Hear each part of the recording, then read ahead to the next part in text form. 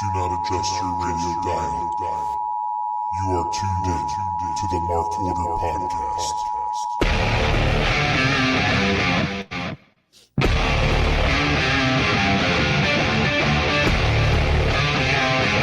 Join the Mark Order.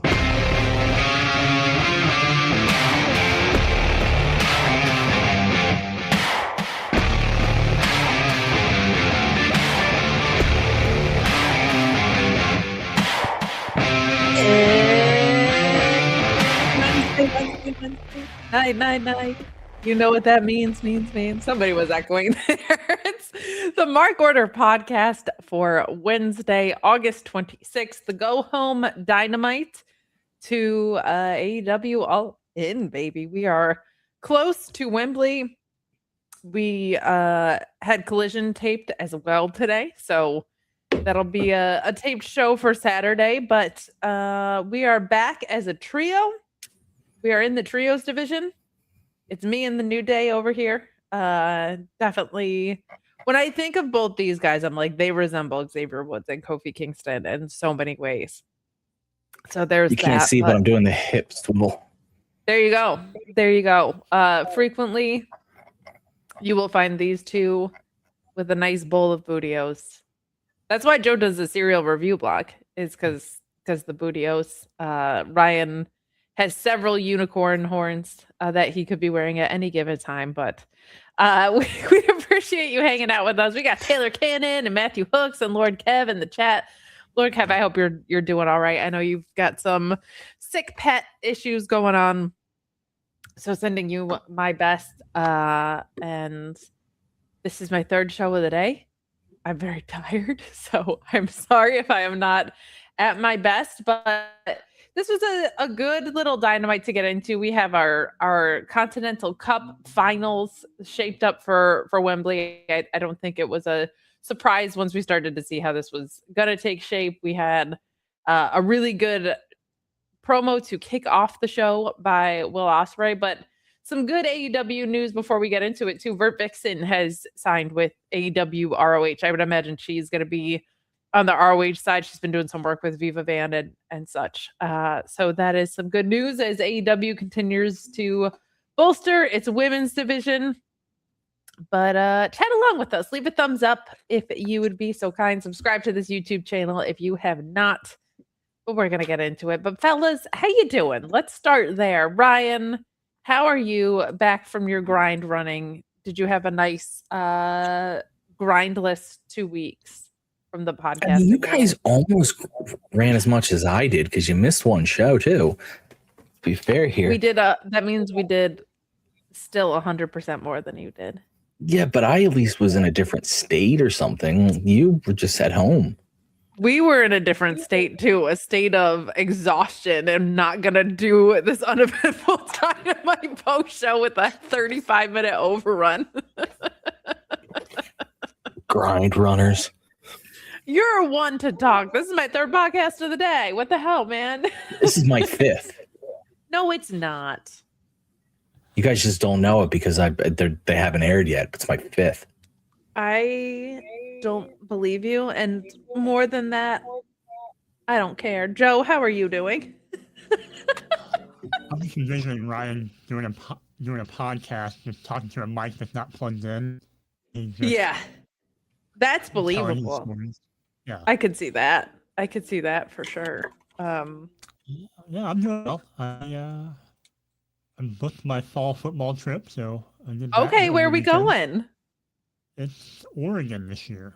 So ooh, okay. West. Love that for you. What time of the year are you going? Like, which month are you going in? It'll be in mid-October. So. Oh, that'll be beautiful. That'll be a beautiful time. No Piscataway trip for me this year. I think Oregon will win. Thanks for hanging out with us in the chat. We're gonna get into this before we dive in fully. How are we feeling going into All In now that we kind of know what this card looks like? What do you guys think kind of overall of the build now that we're almost at the finish line? I'll let you go first, Joe. Well, apparently I'm echoing. So It's definitely you because the only time it didn't echo was when you were talking. I only heard it on the intro, honestly. So I'm hearing it now. oh, there it is. Let me hop out and I'll go back in. Okay, so then I'll go. Yeah. I mean, it's going to be a great card. The build, they're kind of falling into the old WWE problem, which is when you have so many pay-per-views, building to each individual one gets more difficult because you're shortening the time span you have to tell it. But that said, I'm excited for it. I mean, you have the great tag match. The main event's going to be amazing. Willow versus Mercedes is just, that's on fire. I'm blanking on some simple matches. The triple threat, the Don Callis triple threat's going to be ridiculous, I think, between Okada, Takeshita, and Kyle Fletcher. Like I think it's very easy to consider either of the men's, women's, or this triple threat. I think all have potential to be match of the night. Like I think it's gonna be just come down to preference. I think is a big piece of it. Yeah, and they're gonna MJF versus Andrade gonna be another great one. Well, that'll be all out because they're in the Casino Gauntlet. Oh, that's right. Sorry, they're feuding so much. Who do you think wins the Casino Gauntlet? I'm hoping it's Ciampa. Yeah, it's not. It shouldn't be. Andrade and MJF should cost each other. Yeah, I think one of them. They should both be about to win, and the other stops it, and then they should be fighting each other so much that they can't. And then Ciampa would be the best person to kind of step in and win it because he'll be fun as like a first feud. Yeah, I think.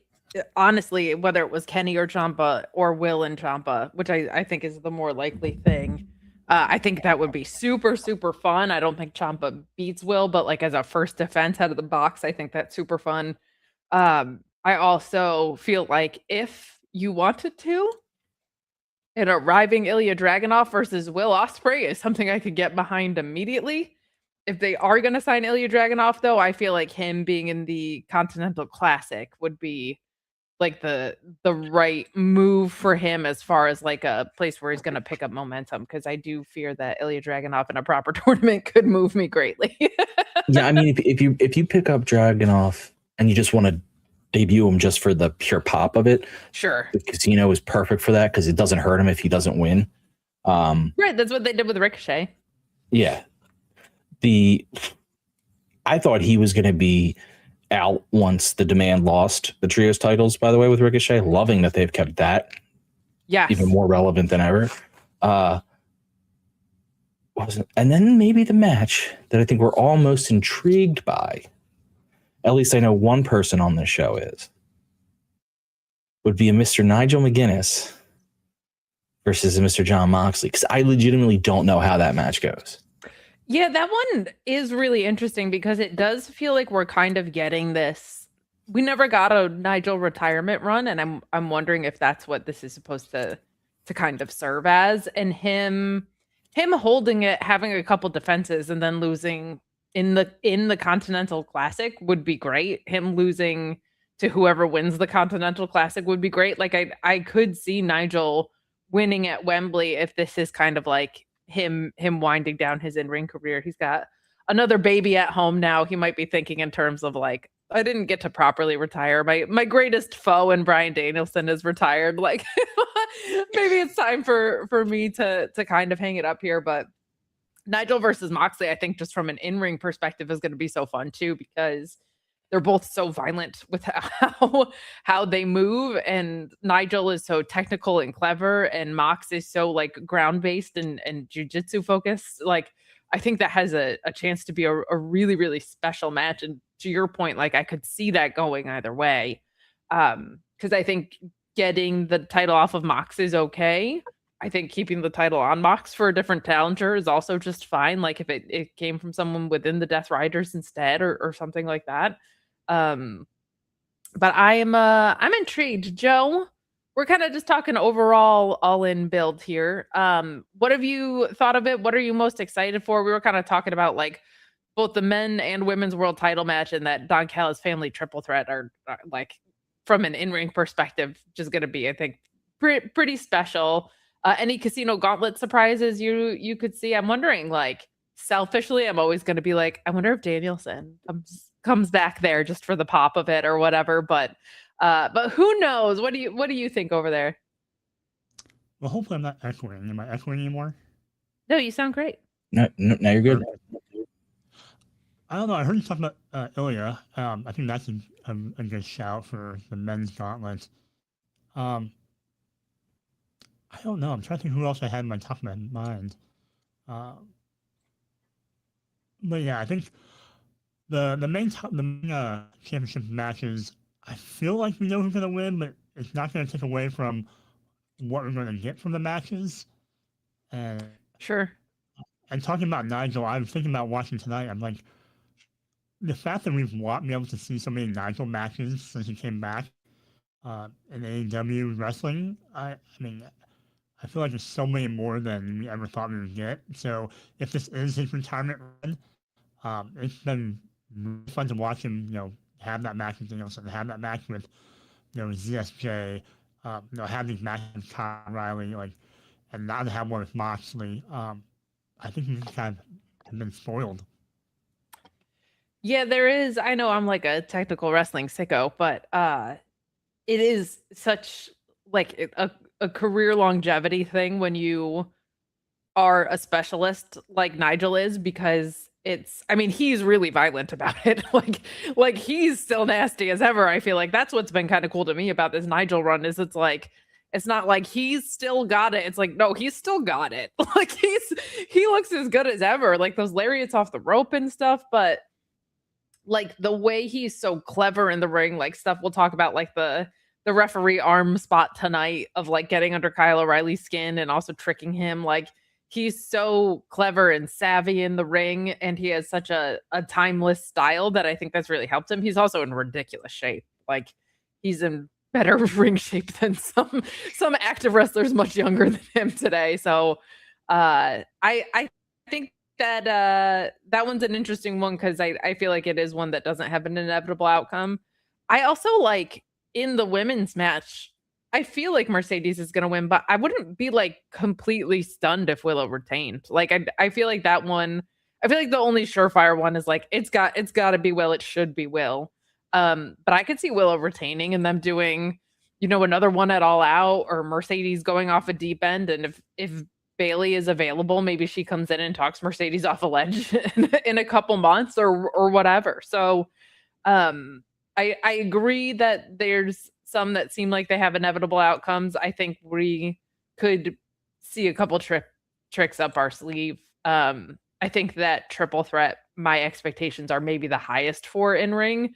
I also think Kenny Omega wrestling rarely, but like, man, big match Kenny is still a thing. Like he always steps it up for these things. So I'm excited. I'm excited for, even though the road to get here has been a little bit weird at times, like I think they're gonna deliver something special. So let's dig in, because we kick off the show with our Will Ospreay coming home kind of promo here, and I thought he did a good job with this. Like it's a little more standard, but he's authentic when he speaks about things, so it kind of kicks up a notch. He said he's gonna bring it home. He said Kenny had his respect until he brought his kid into it last week. There's a lot of names that he shouts out of past and present European wrestlers, including Matt Kurt, which I thought was a really nice shout. But there's just some good stuff in here. Like there was a line where he said, heroes are ordinary people that can do extraordinary things, and that's what he's out to prove. And I think this won more on the authenticity and intensity that Ospreay brought to it. Like it felt very sincere. It did feel like he really was touched by like being home and the reaction he was getting. So the content of it was good, but kind of more standard. I feel like he did a really good job with making it feel very real and very connected to the crowd that he was in front of. I really liked that. Joe, we'll start with you. What did you think of Will Ospreay kicking off the show tonight? The crowd expected to be just absolutely nuts for the guy, but they delivered on that front too. Always can't go wrong having Will kick off the go home show. I liked the promo from the aspect of I thought it really symbolized the growth of him, personally and as a wrestler as well. I thought that came across as far as talking about his journey and the parallels he's had with Kenny and trying to mature and grow to the spot where he can take over this this spot of Kenny's. So I thought it was a lot more focused and reined in than some of his past promos. Yeah, that's a good shout too. Like he did kind of talk about how he grew into being the man and the wrestler that he is, and I think that like that bliss point between those two things is kind of what got driven home here. And there was a really emotionally affecting video of him talking to his mom about his recovery, and his mom's, I think, as good of a promo as I've seen in a really long time. Like just her sitting there talking to her son and saying like, when you were a kid, because he struggled so much in school, she said, like, are you going to continue on to university or are you going to work? Because you're going to do one of the two things. You're not just going to fold up and give up, right? And she said, God, what was my biggest challenge as your mom was telling you that you're not useless? Like, just really, like, hit me hard. Because I think we've all felt that way sometimes. And, like, also having so many male friends, I've learned like how inherently male that is. Like if I'm not useful in some way, or if I'm not like doing something that's productive, like I think men especially, I think everybody, but men especially, like diminish their own value in that regard. So this is that if you haven't seen the behind the scenes video, I would urge you to check it out because it's definitely like hits you in the feels for sure. But Ryan, what did you think of our bruv opening the show tonight here? I mean, I enjoyed it. It was good. I'm hearing myself again. Man, do I sound good. There you go. Now I'm gone again. I don't know how this keeps working, but I enjoyed it. It was good, but these promos, they always feel a little weird to me when it's someone like Will Ospreay who's a week out from this big, not even a week, a couple days out from his biggest match, but has actually been pretty much in and around the main event for the last 2 years or whatever. Like, I don't know. This kind of feels like the thing you do to me when the guy's first coming up and no one knows who he is. Whereas, we're all very well aware, but I'm not going to say it's bad. It just always hits me a little weird because it's like, I know who Will Ospreay is. I know what's motivating him. I know this story, but it was good. It just feels, they always feel weird to me. That's fair. I think these are definitely just like so driven for the live crowd, and and that's fine. You know what I mean? Like I agree with you that we all know who Will Ospreay is at this point. But I think this is more about like being in his home country than anything else for sure. And I can accept that he's telling the story of his home country. I guess if it wasn't the go home to this match, maybe I'd feel a little different. Sure. That's fair. This just felt like to me something for a guy who's never had a shot. This is the promo he puts out there. And he's had shots. So, like I think I did like him. I feel like every wrestler should do this for any promotion that they're working in. But he was very big on driving home like this is the most important championship in all of wrestling. And I thought that was good. And the stuff he got into with Kenny I thought was good too. Like Joe alluded to of the it's you've done great, Kenny. It's my turn now kind of aspect of it. I thought was strong too. But let's talk about the first match that we get, which is Jon Moxley versus Claudio. And this might be a bit of a hot take. I was kind of expecting more from this. Like there was nothing wrong with it, but the story of these two guys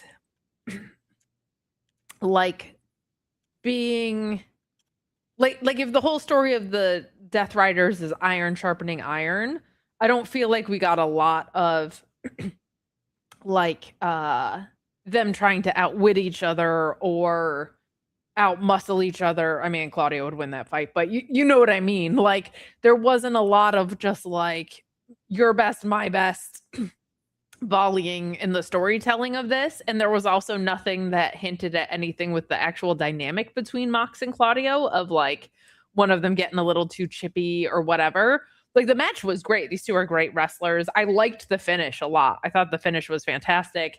Claudio swinging Mox into the barricade is like that swinging spot is always ridiculous and nasty. But this actually kind of left me underwhelmed from an in-ring story perspective.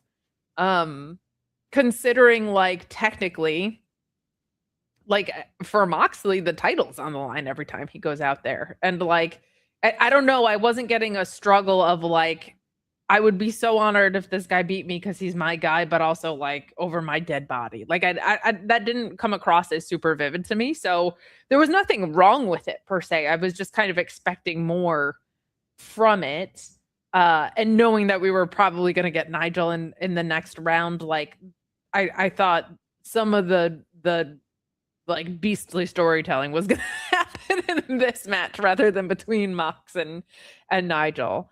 So nothing bad about it. Obviously, these two are fantastic wrestlers and they know how to put on an entertaining wrestling match. But my expectations from the storytelling perspective were a little bit higher. Ryan, what did you think of our opening match, Death Rider versus Death Rider? Both of them riding death on the road to Wembley here. I think I agree with everything you said, so I can't really debate any of that. I think they missed an opportunity here, based on what I hope happens this Sunday, which is I want Nigel to win, which means Mox has to lose.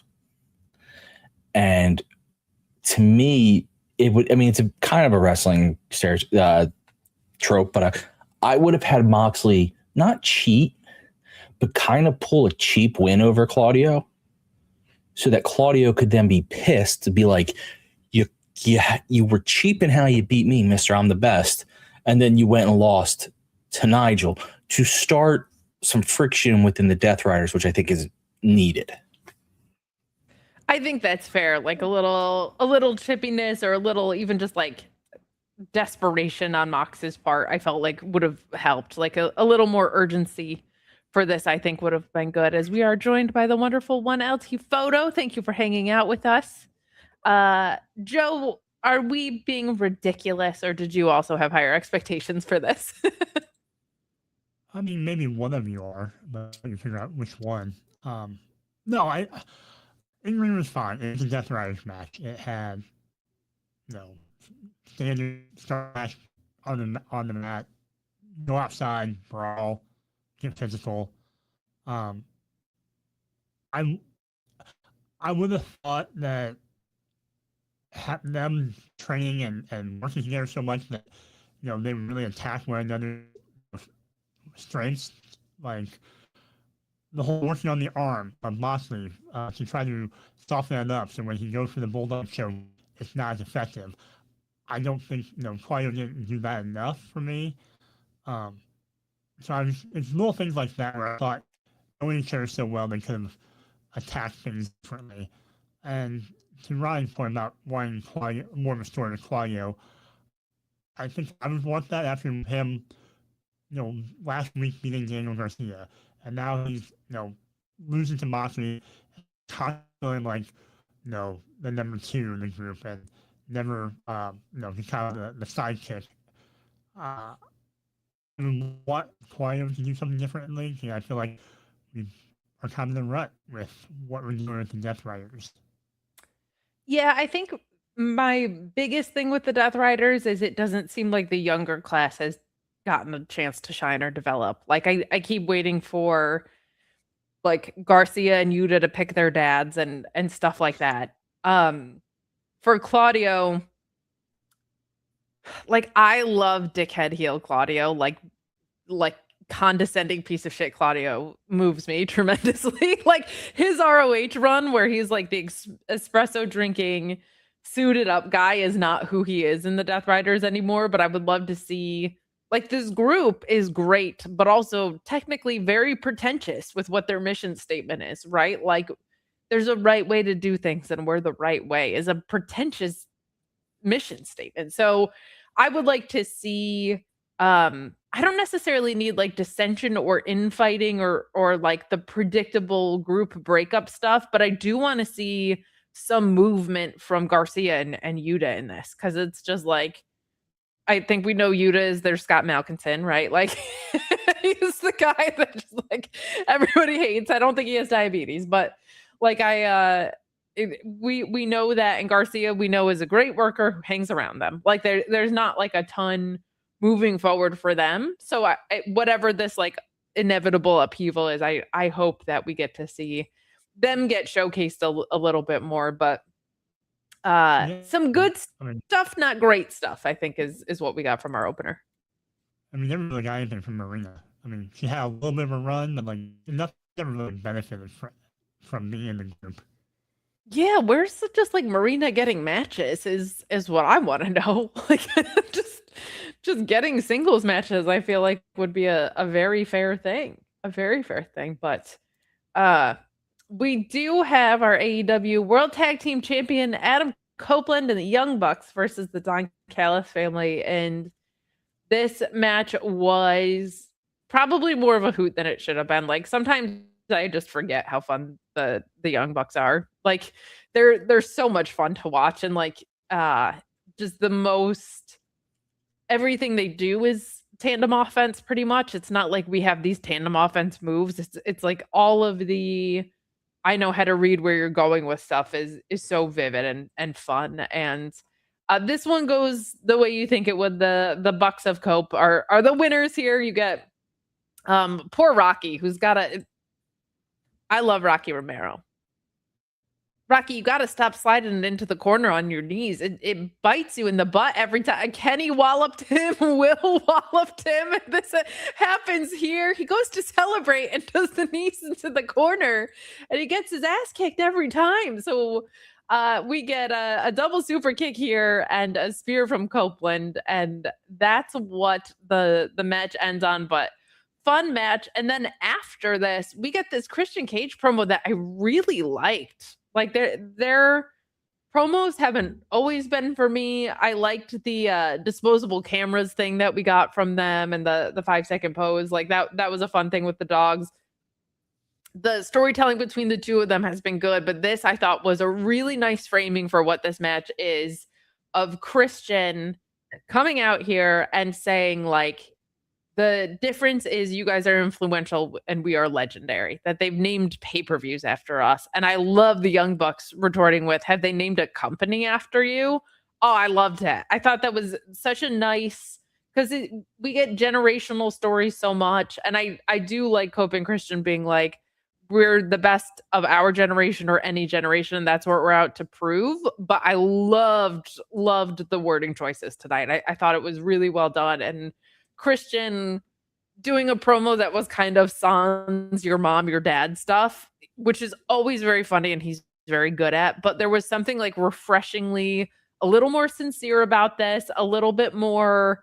It felt like what should be on a go home, as far as like we're gently guiding you to tell you that this is what this match really is about. Was like they invited you into that without telling you that. I thought it was actually extremely well done. So, Joe, what did you think of the match? And were you as big of a fan of the post-match promo as I was? The promo part is far better than the match for me. The match was, it seemed like for, can they coexist kind of thing with, can you build a little friction between the Bucks and Copeland? Can they coexist? Can they coexist is really good. But I appreciate the matching games tonight. They're all looking good. So yeah. But yeah, I mean, if you watch the Bucks long enough, you kind of know like what moves they're going to go into all the time. It's kind of repetitive for me. Still impressive, but just kind of repetitive. Sure, The that's fair. promo afterwards, though, the Christian has always stayed basically the same persona. He's still going to be who he is.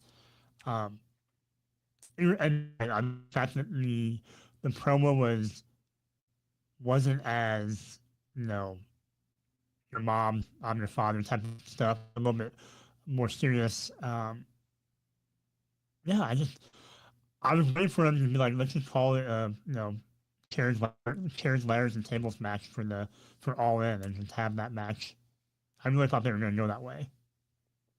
Yeah, I think everyone was expecting like a 4-pack with the New Day and Motor City Machine Guns, or like what all these things might look like. Sometimes, some years, we've gotten a thing where it's like they set up something even cooler for All Out, right? Like they do something pretty cool at All In, and then they set up something cooler at All Out. I wonder if that ends up being the case here, or if that escalates to a stip match, or who knows, maybe we just get an announcement on social media that it's going to end up being a TLC match or whatever. But like the inevitability of an FTR return is certainly out there, so maybe they save that for further down the line. Ryan, what did you think of this match and our poor Rocky Romero getting clobbered in this, and our post-match promo we got here?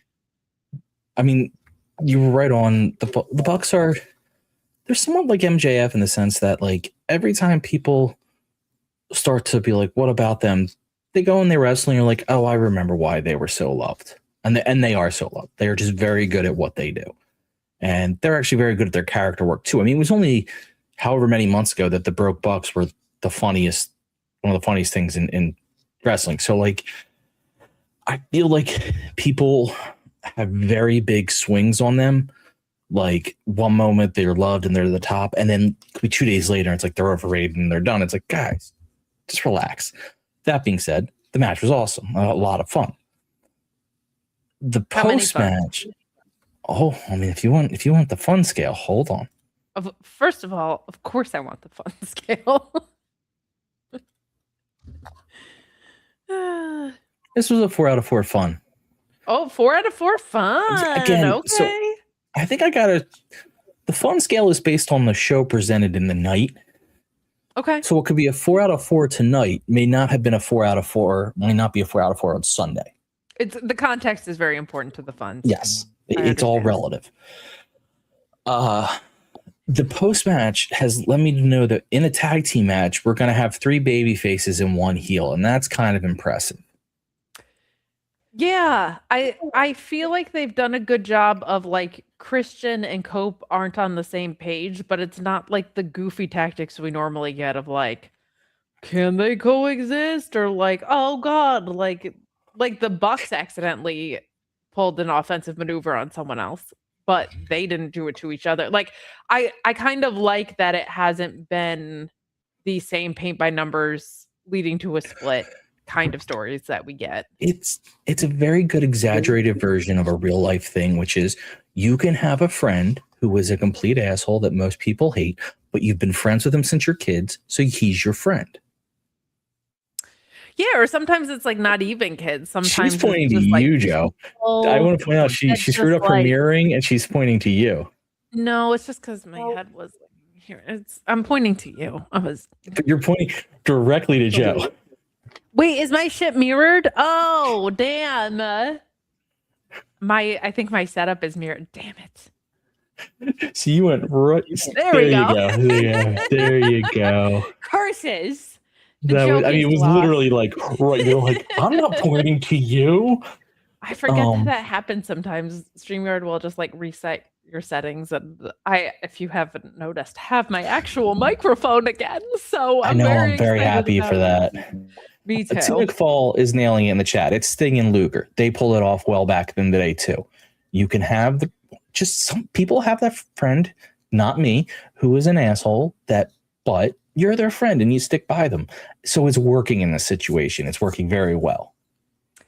I agree. And that was something I know at Fight Club that Sean had been asking for. Like, give me my Sting and Luger tag team, because they're the right guys for it. Like Copeland comes across as very authentic when he's speaking and doing so nicely. And Christian has been this heel for a while now. So I think it's great. I'm here for it. I'm intrigued to see like what it leads to.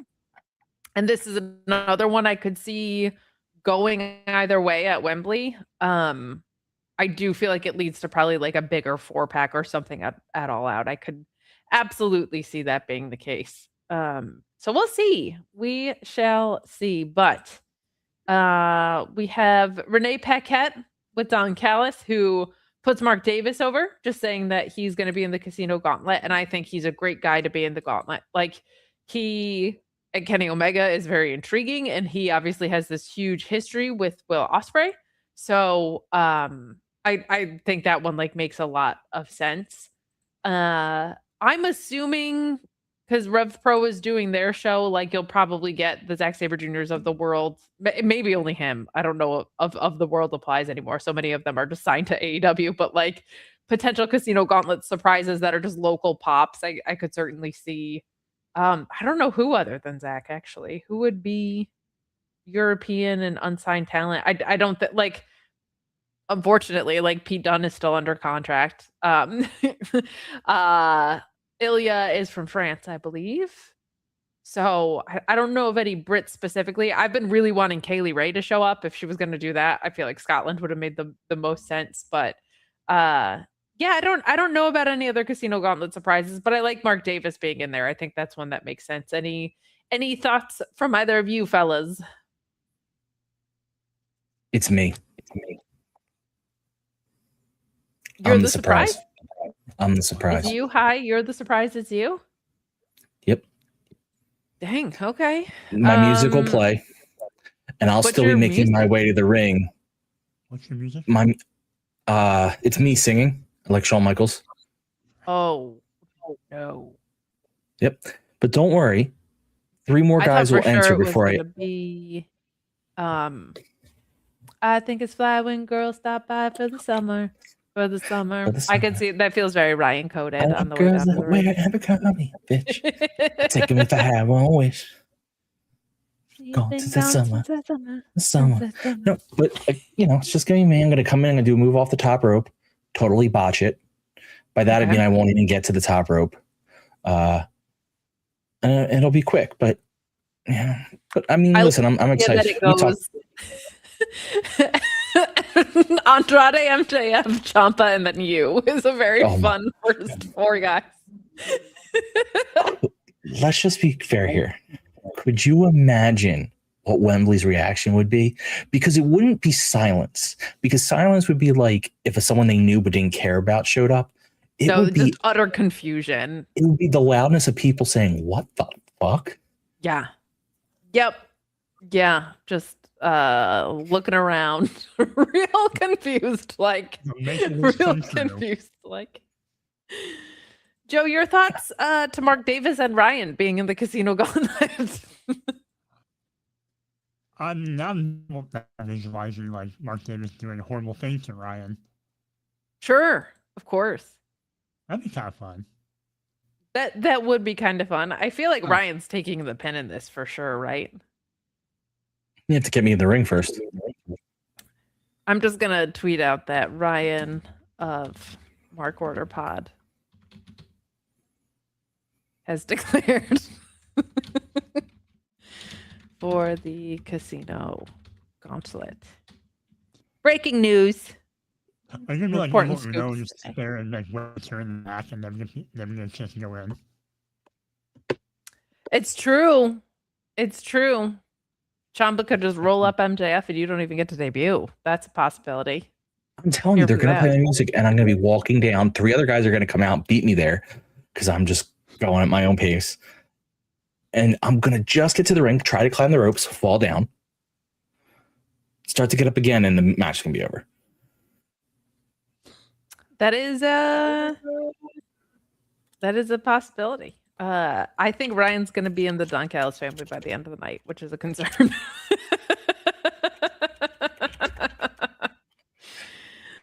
Oh man, we do have a quick Mercedes Moné Willow vignette as well. This has been really good. Like, this has been a very clean, very good build between your women's top babyface and your women's top heel, facing for the biggest title at the biggest show of the year. Sometimes it's just that damn simple. And I was kind of nervous because their in-ring segment was so heated that I was like, how are they going to sustain this? I thought the brawl last week was good. This has been some of Mercedes' best character work, I think. And I like that she's now been in AEW long enough that she has the layers and history with people to be able to say things like, you know, Willow smiled through every blockade that I've had, whether it was my injury, whether it was me losing, whether it was at hurt hands. She was always smiling through everything that caused me pain is like a very fair thing. And I feel like Mercedes has just kind of star powered her way through so much of her heel run that I really, really like this. I'm glad that the match is happening what it is, because I think it would be running out of steam if not. But I think this is going to be phenomenal shit, and I'm very, very, very excited for that. Joe, we'll start with you. I don't think Ryan is going to enter to make this a triple threat. The only thing I don't like about this is I feel like Tekla's getting screwed unless she is. It feels like we're getting Persephone versus Maya World based on what happened later tonight. But I feel like Tekla deserves to be on this card. Certainly, it's weird that she's been absent this whole time. Maybe she shows up for whoever wins. Like maybe she's the challenger. But how are you feeling about? I mean this segment, but in the greater scheme of things, what we've gotten from Mercedes and Willow. Well, Ryan might still be in the ring by the time they have the women's match. It's true. So, you're not wrong about that. No, great build. I love the fact that every now and then you just have two people who just throughout their time in the same promotion, they are always going to be rivals. It's just kind of the perfect fit, and they found their dance partner in each other. You know, Mercedes had one, you know, and Bailey and other people in WWE, and now she has Willow here in AEW. So nice that you have this, like you said, layer of a story, and then also have the payoff, but you can also revisit it a year or two down the road if you want to. And yeah, I can see Tekla coming back. Maybe, you know, facing the challenger, the winner of this match. I don't want them to do what they've done in the past, where you know you ride someone for a while, they lose the title, and they kind of like fall off and aren't on the show for a month or 2 months. Yeah, I think at least set her up for All Out if that's going to be the case. I think they have an opportunity or had an opportunity to do Tekla versus someone from Stardom, whether that be Kyrie or someone else. I know they have Grand Prix going on right now, so I think that just finished actually. I think Reina just won. So yeah, I feel like her getting omitted from this after the great work she did is an issue. But Ryan, what do you think? How the hell did this feud get so intense so quickly? I mean, I'm not saying they didn't have anything prior to this.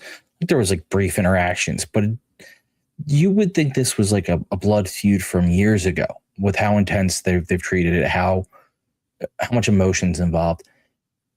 It's awesome. Like, I'm very pumped. I was excited anyway because just who's involved, but now like there's the story beats related to it that I'm really excited for, which is great.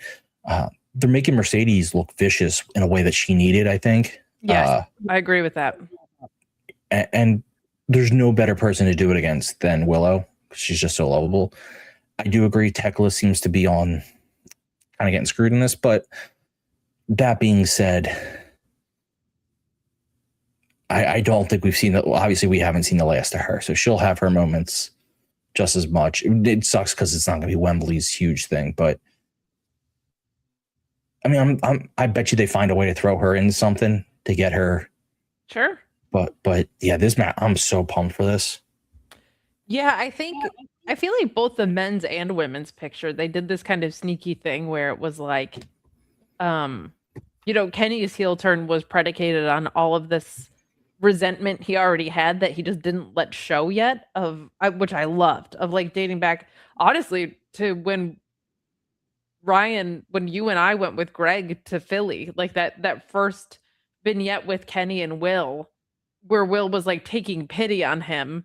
Like just now, Kenny's been having resentment about that, like the past couple weeks. Like they kind of pulled off this sneaky thing where it wasn't, the heel turn has been sudden, but the reasons why have been organic. So it doesn't feel so jarring. You're just like, oh, he's just like, now he's just pissed about these things that have already happened. That's kind of the case with Willow and Mercedes, except Willow and Mercedes were already very different sides of the coin.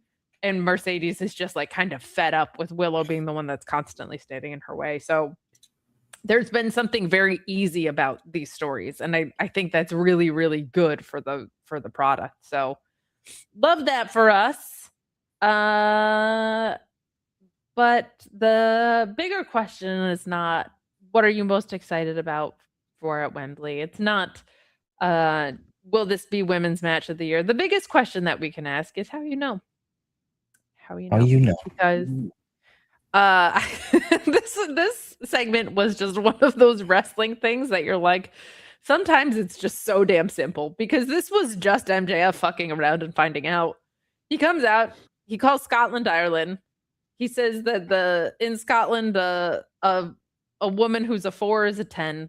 He does this Andrade impersonation, basically being like, oh, I have to do all these things, right? I have my shirt, I have my catchphrase, and he goes to say his catchphrase with his back turned. And Peaky Blinders, someone on the Fightful account replied that he looks like he's been wearing Inspector Gadget outfits, which pops me tremendously. Andrade just beats his ass coming out from the crowd while MJF has his back turned. He throws up the one, which is very funny because he's been doing this one true champion OTC thing. I think MJF wanted to be acknowledged. And you just get Andrade whipping that boy's ass in the crowd and then in the center of the ring. Like, remarkably effective. I feel like MJF this past year has really found the comfortable ground between low-hanging fruit and cheap heat and just really like high quality stuff, because it's been less like your sports team sucks, but like today he trolled Scotland very, very well. I thought was really fun. Ryan, we'll ping pong it back to you. This was just pretty classic heel and face stuff leading into the Casino Gauntlet. What did you think? Now I'm just singing the Inspector Gadget song in my head. Inspector Gadget. Now that's a good theme. Even though I can't use it because I'm not Inspector Gadget. And we already licensed LFO Summer Girls. Yeah, clearly. I just like that Andrade beat the hell out of him. I think that was needed for this. Yes. MJF does MJF stuff when he wants to. He's a hit. But I like that they're giving Andrade some of his strength back before the matches on this weekend. So it was nothing special, but it didn't need to be. It served its purpose. I agree. Joe, what did you think? I thought this was just like, this was a hoot for the live crowd. It didn't need to be more than that. No, it was fun. And you got to ride this wave for Andrade was here because it's Posse then, right? So I love the fact that MJF can just feel like a title program, even though it's not a title program. Like it's a good way to keep both him and Andrade at the front without being in a title picture. But all I can think about when you said how you know, it's just like, you remember the More You Know little PSAs? Do do do. Yeah. How you know? And I think about those with tremendous frequency too, with these segments. We got more people in the chat. We had Greg Terry in here before. We've got LeBron. Thank you guys so much for hanging out with us as we keep moving along this episode of AEW Dynamite. Chris Jericho declares himself for the Casino Gauntlet, and brothers, I could not understand. I was not paying attention to a word he said. I was just confused by his tan and the lighting. He just looked weird. He's in the Casino Gauntlet. That's good. He's the first AEW champion. He should be. I think that he doesn't need a bigger spot on the card this year, so I think that's a good shout. But I was just like, why are you so tan and why is the lighting so weird? Yeah, I mean, it definitely was that very bad spray tan that wrestlers get more than anyone else. I want to check the technology because I don't see it anywhere nearly as bad as we do with wrestlers. It makes sense. He declared. I mean, why wouldn't you? You want him on the card. It's a match where you could throw a bunch of people in and no one loses any face when they don't win. It makes perfect sense to me. I agree. Joe, did you feel like this was a cultural appropriation in any way?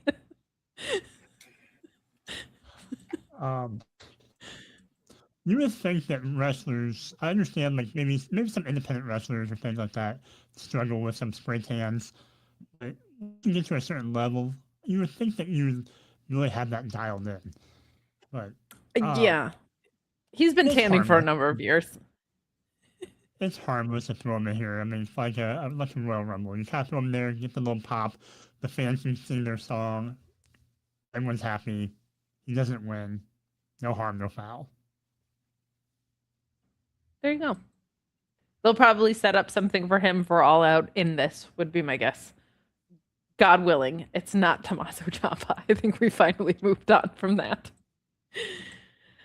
Guys, sometimes my little Tecker heart just bum bum bum bum bum bum out of my chest. And Nigel McGuinness versus Kyle O'Reilly was the most 4K grabs that have ever been grappled in the world. I love getting these Nigel matches. There's nobody like Nigel still. Like it's so fun watching him wrestle. Like I loved Kyle going for like the ankle based submissions, right? And Nigel countering with his own ankle locks, and like getting to see Nigel with these snap suplexes and the stomps to the biceps and the London dungeons, and like it's always nice when someone's going on like a nostalgia run, and like it doesn't feel like he lost a step. And it's also nice when their matches are tailored toward my exact favorite type of wrestling, because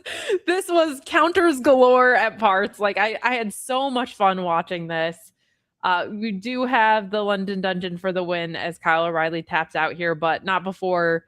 You had strikes from both of these guys, but Nigel recoiling from the ropes and hitting that monster lariat. Like it really is such, like we've seen retirement runs or nostalgia runs where the guys can't really work anymore and it's a little bit painful. Like Nigel, I feel like, is as good as he's ever been. And that's really fun because I don't think he's trying to outkick his coverage. Like I don't think he's trying to do too much. So but I loved this. Like this was, I love Kyle too. And it's like, I mean, God, Kyle, the violent artist versus Nigel McGuinness, who's like uses technical wrestling in the most violent ways possible.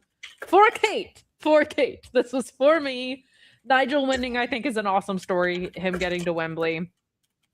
Curious to know what you guys thought of this match. But Joe, you weren't here when Ryan and I were talking. You were kind of in and out of the studio. This one feels like it could go either way. Do you have like a strong inkling of whether Nigel's going to be the one to dismantle Mox, or do you think Mox retains? I struggle with it because my gut tells me that Mox would win. But at the same time, if Nigel has this moment at Wembley and wins the championship, that I don't know how much this championship really means as far as what it means to Mox. It feels such like a low-tier championship that it would be good for the moment. So I'm going to go probably like 65% Mox wins. Okay. 35% Nigel wins and kind of where I'm at. But I'm going to go 55% Nigel wins because I feel like the Continental Classic is not that far off. So Nigel could have some really fun defenses, do this tournament, and like a fresh champion for that belt might restore some of what you were talking about a little bit. But this genuinely could go either way. What did you think of this match? Wasn't it great?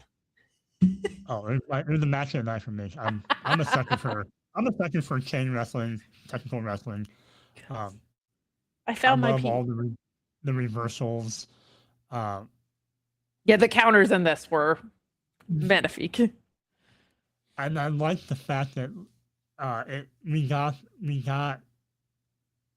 violent, serious Kyle in this match again. It's not so kind of fun Kyle and like joking Kyle, but he was when he was a heel, that kind of run of a Kyle, attacking Nigel's leg and things like that, and some of his ankle locks and roll throughs that he was doing. That's why I appreciate the most, and just seeing Nigel come out with the way he works is, I think, has helped him not miss a beat. To your point, his technical wrestling, it's like riding a bike for him. I don't think it goes away, so it's not like he's in good shape, but it's not like he couldn't do it 10 years from now. Sure.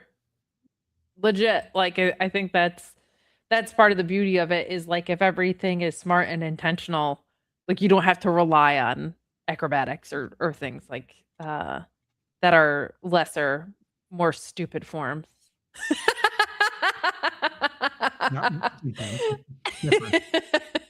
I was like, what's the most asshole way I could say this? Speaking of just being a huge asshole, Ryan, what did you think of this match? And we had kind of already talked about what the possible outcomes were while Joe was fixing his audio a little bit. But are you going to try and make this a triple threat after you don't win the Casino Gauntlet? Oh, absolutely. I'm running in the middle of the ring again. I might start running to the ring before the match starts. Tekker style might favor me a little bit more in the sense that it's slower, but I can't bend like that's needed to make Tekker work. You did grow up wrestling, right? So come on. I did wrestle, but again, I'm just not bendable anymore. No. Actually, it was never great because I'm not bendable.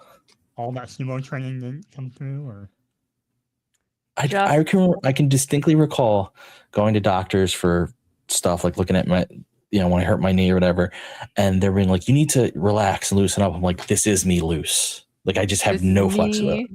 Loosey goosey. I think if you do just like 3 days of DDP, though, you'll be good. No, I did it for a while and was not.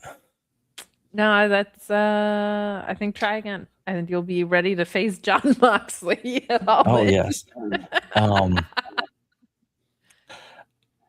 They've been great in who they booked Nigel against, like picking Kyle. That's just, you couldn't ask for a better matchup. Because Kyle, though he's more of a striking artist, is deceptively techie when he wants to be. Yes. I'm going 100% Nigel at Wembley. I'm not even going 100% Watch. 100% Nigel. I have no doubt. Of course, it costs me nothing if I'm wrong, so who cares? But I'm going 100% Nigel. Well, I mean, you're trying to Kate. I mean, you're trying to prove that you like technical wrestling more than Kate. Oh my God! Oh yeah, I know tech better than Kate knows tech. Oh, you love technical wrestling? Name your 3 different variations of arm bars. What's your favorite technical wrestling album, Ryan? Let's move along. I did just want to say hi, Jesse Ozog. Hi, Jesse Ozog. How you doing, Jesse? Tim McPavel filling you in that Ryan declared for the Casino Gauntlet. But in the back, we have Don Callis with Kyle Fletcher, who is like, I trust Don Callis with my life. And Okada's like, you can trust me, not just Don Callis, because we're here for family. And he does his best Vin Diesel impression. This was a Fast and Furious promo from Okada, being like, family.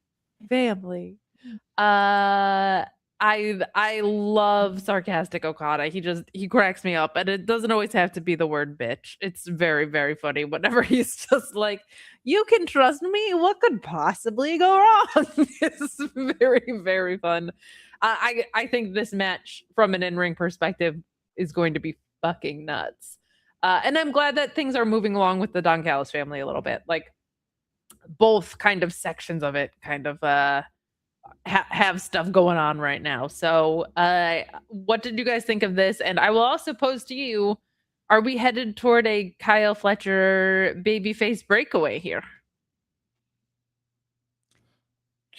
I don't want him to go strictly babyface. I prefer him to be more of a, for lack of a better word, tweener. I want him to still have the edge of him, of being kind of the arrogant guy, being a lone wolf more so. And then maybe slowly transition to babyface later on. Okay, not mad about that. Ryan, do you trust Okada? No. What? No. You pressed the wrong button once, and he was so sorry, but you still don't trust him. But I do think if you're going to have 30 members in your family, finally doing split stories is very useful. I agree with that. Piece of saying we might see the end of Porn Okada. I don't know if you guys saw, but Kyle Fletcher, when they announced the Grand Slam Paris show, he was like, "Je suis porno star," and then he was like, "Oh my god, I meant proto star." The tweet that's under it. So, the porn star Kyle Fletcher. There you go. That brings us to our women's match. You have the Divine Dominion and Persephone versus these birds who are brawling in Maya World. And let me tell you, don't love seeing like title shots, physical title shots, clean pin after that so much on wrestling television. That happens a lot in WWE, so most of it's not even their fault, but I am very tired of that spot.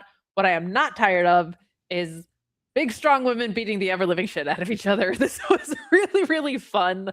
When, like, Alex Windsor and Jamie Hayter are, like, the cute little ones in a match, that's just a good time. Persephone is an absolute force. It's been really fun getting to see her on AEW more.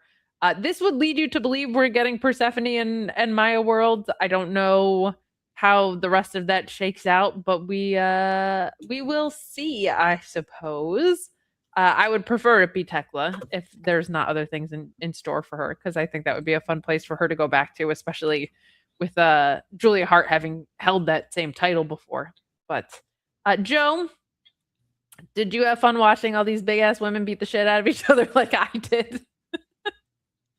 Oh, sure. I'm glad, they're beating up other people besides, random people at a bar or random security guards. So I'm glad they're doing something with the tag team now, and instead of doing all these little vignettes and things like that.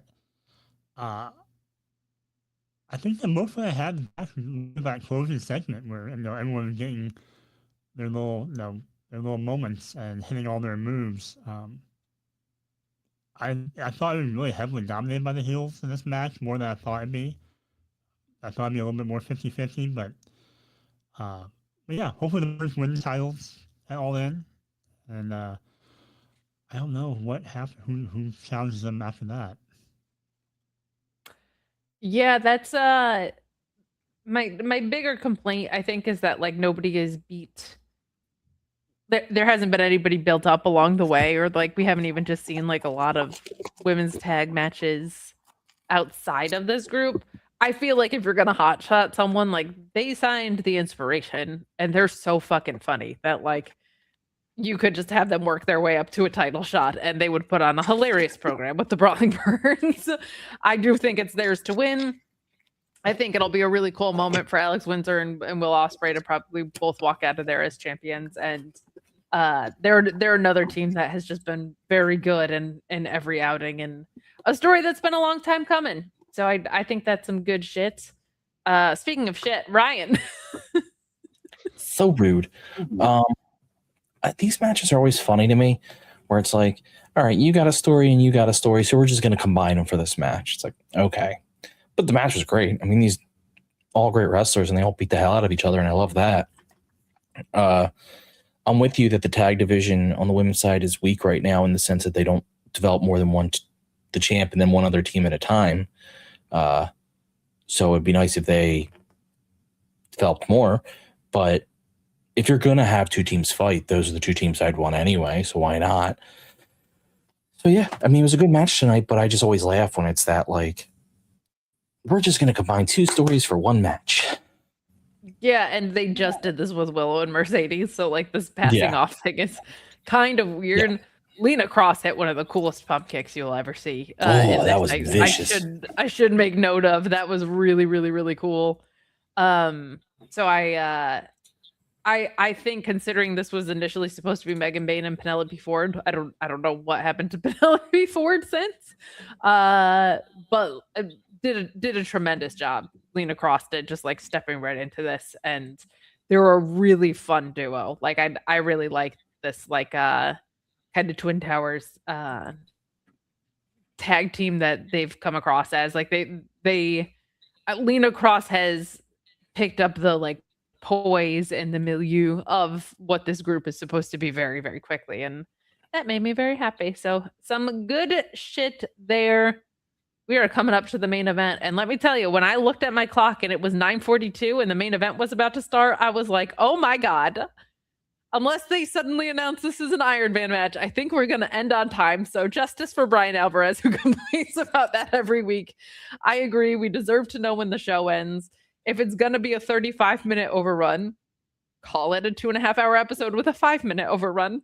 This made me very happy that this ended on time tonight, but we get a hell of a main event, I thought, with Swerve and Jungle Jack Perry, who seems to be on a mission to kind of like set up a chip on his shoulder kind of thing. Like they've been doing this, like Jack Perry kind of needs to prove he belongs angle with Swerve, and I could see that extending beyond Swerve if what we think is going to happen happens, if Swerve ends up in the trios division with the New Day. But this was super fun. This was Jack Perry's not always for me. Some of the counters in this were exactly what I want to see out of a guy like Jack Perry. Like I thought this was really, really well done. I loved the finish. The big pressure for the win is always really cool, but turning Jack inside out to get it was great. Some really good stuff of like him intercepting Jack and hitting the house call, and this was a really strong match, and I feel like it was one of Jack Perry's better wrestled matches. Like just was a smart game plan and didn't rely on entirely his quickness and his ability to jump off things. Like it was a smarter game plan. So I like seeing that there. Right winner though, Swerve has to win this one. I thought it was great, and I was glad that it actually finished early because we got this quick video package from Kenny and Will after, and I was like, what? No overrun? This ended, I think, at 9:56. I was bewildered. I was so happy. Ryan, we'll start with you, and then we'll ping pong it over to Joe. What'd you think?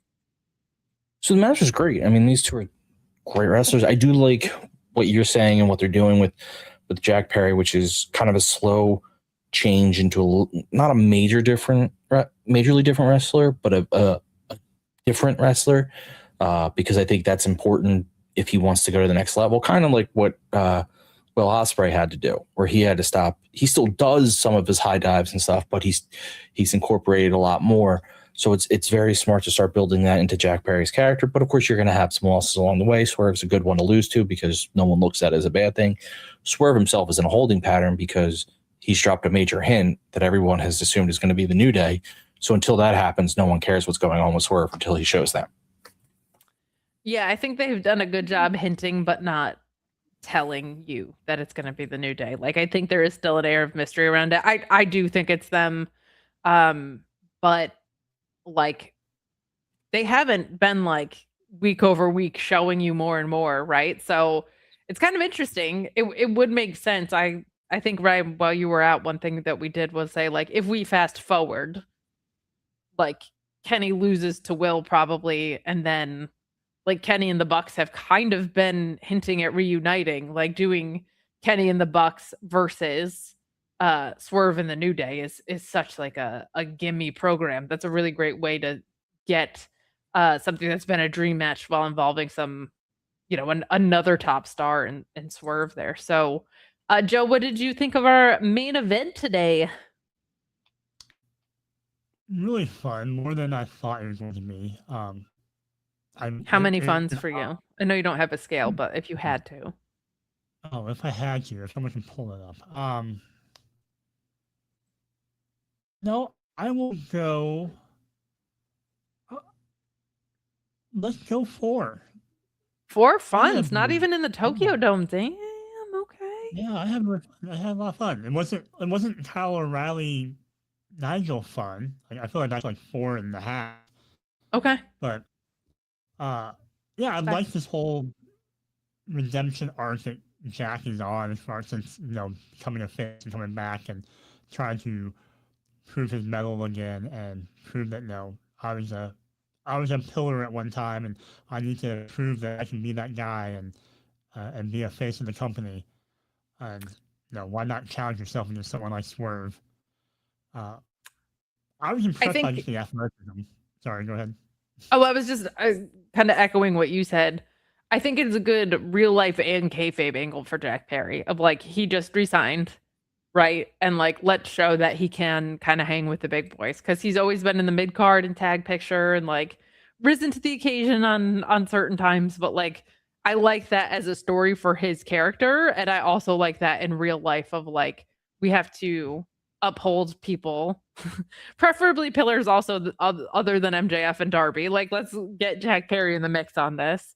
I think is a cool use of top tier wrestlers to kind of help Jack Perry along in this regard. But continue. You were saying that you were impressed by the athleticism in this. Yeah, I forget about Jack Perry's like cardio, where he can do 3 suicide dives and then go do a moonsault.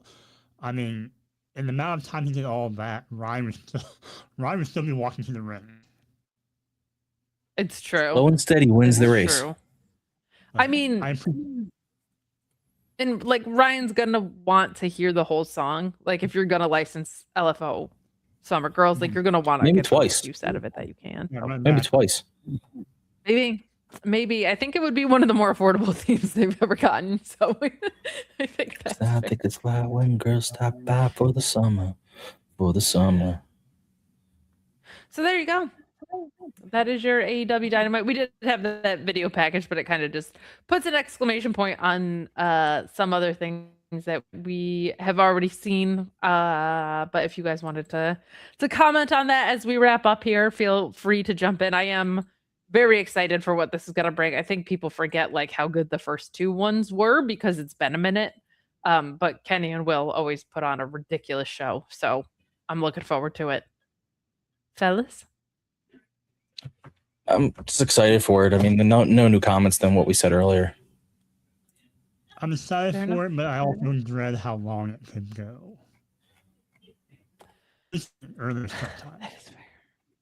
That is fair. I think this does start earlier because we are in the UK. So I do appreciate that. Like part of the AEW pay-per-views need to be shorter conversation. While I do think it's true, is it's so much more manageable to stay in there because the in-ring's always amazing. So it's easier to hang in there for them when you start them at 4 p.m. Eastern or whatever, because it's like, all right, if it's 5 hours, but I'm done by 9 p.m., that's great. Like I can handle that.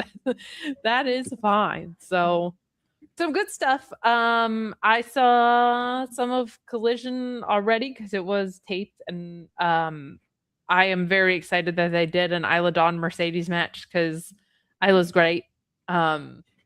And it was cool that they did that in Scotland. I think that's an awesome move, but should be some fun stuff on Collision, but shaping up to be a hell of a card. I'm going to do a prediction show on my channel with Alex Cardoza. Both of these fellas are always welcome to join on AEW content over there if you want to, but it's at 11 on a Friday, so I assumed neither of you would be available. But I'll be doing that on my @Miss Kate Fave channel. I did also get my speaking assignment for Podcast Movement. I'll be speaking on Friday from 9:55 to 10:15, I believe, on September 18th. So very excited to do that and return to Podcast Movement. I had a really good experience in 2023, and this one being basically in the backyard in New York is much easier than a Denver commute. However, less Casa Bonita. So not Casa Bonita. I don't get to see Joe, and I don't get to see the bright pink walls of Casa Bonita.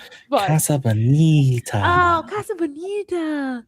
But I am looking forward to that. Got some more stuff coming up on my own YouTube channel. My account is public again on Twitter because I'm an idiot, but I am looking forward to posting some more stuff on social at Miss Kate Fabe in general. So follow me there. But I am here for all things present and future wrestling. I don't give a shit about wrestling history. I don't give a shit about history at all. I'm not here for it. Hold on. I'll tell you that. You're a liar. I know, but it's a bit. But you fucking love wrestling I history. love wrestling history. I'm such a fucking nerd. But I'll tell you who's here for history in general. He'll go to Arkansas for history. That's what I will. nerd this guy is. Ryan, what do you got going on? Where can people find you? Where can people support you? So follow me on all our socials at Mark Order Pod. And then my history blog, YouTube, which will be coming back at Here for History, or at _ Here for History on Twitter. But it will be coming back soon. Just been delayed doing stuff. Like I said, I had to go to Arkansas and do some stuff, and that takes up a lot of my time. But I will have a bunch lined up sooner rather than later. And that's about it. But Kate loves wrestling history, so she's a liar when she says she doesn't. Come on, man. Kayfabe, bro. You gotta be in for the bit, dude. No. Joe, be more fun than Ryan. Be in on the bit, okay? In fact, I am so fastidious about my bits. I am super duper serial. I'm not, because I haven't done a serial review in so long. You should do Bootios now that we've talked about it. No, I need either I have to do more, go find a serial, or change the gimmick and find something else to start reviewing. Otherwise, though, you can find me on social media at _Asian Joe. I do have a serial blog. If you haven't read them, I have a link to it in my bio. But if you find a serial out there for me, let me know, because every time I go through an aisle, I can only see so many flavors of Frosted Flakes or so many flavors of, Captain Crunch. Fair. Very fair. That'll do it for us at the Mark Order podcast. We will see you on the other side of All In. Very excited for the big show this weekend, fellas. Any predictions that you want to leave? Any debuts you think we might see? Anything of that and the like? I've already spoiled mine, but see me in the Casino Gauntlet. Sure. Well, that's not a surprise now. That's just out there. I'm gonna say they locked up Ilya. I feel like he doesn't turn down WWE money unless he's pretty certain there's AEW money there. AEW money there. I do think the New Day is going to be with Swerve. But any other final thoughts on All In, Joe? No, other than I feel like those are kind of the obvious guesses, and I feel like maybe they, it would be fun to give us one more surprise that maybe isn't on our radar that we're not thinking about, Sure. or overlooking. So I'm hoping there's one of those, since the other ones seem pretty predictable. Yeah. I think with the Casino Gauntlet, there's always Michael Oku could show up in the Casino Gauntlet, or higher profile people we're not thinking of. So we will see. We will see. A Buddy Matthews return would be great. One LT photo pointing to that. I think that would be fantastic news. I miss seeing him work, but you've seen us working. Me on 3 podcasts today. Us talking AEW Dynamite. A little bit about All In. Talking Bert Vixen signing and all sorts of fun stuff. So hang out with us next Wednesday and every Wednesday that we could be here. We will say goodbye and good night as Ryan narrates. I put on the outro overlay, I scroll down, find the outro, and I hit play.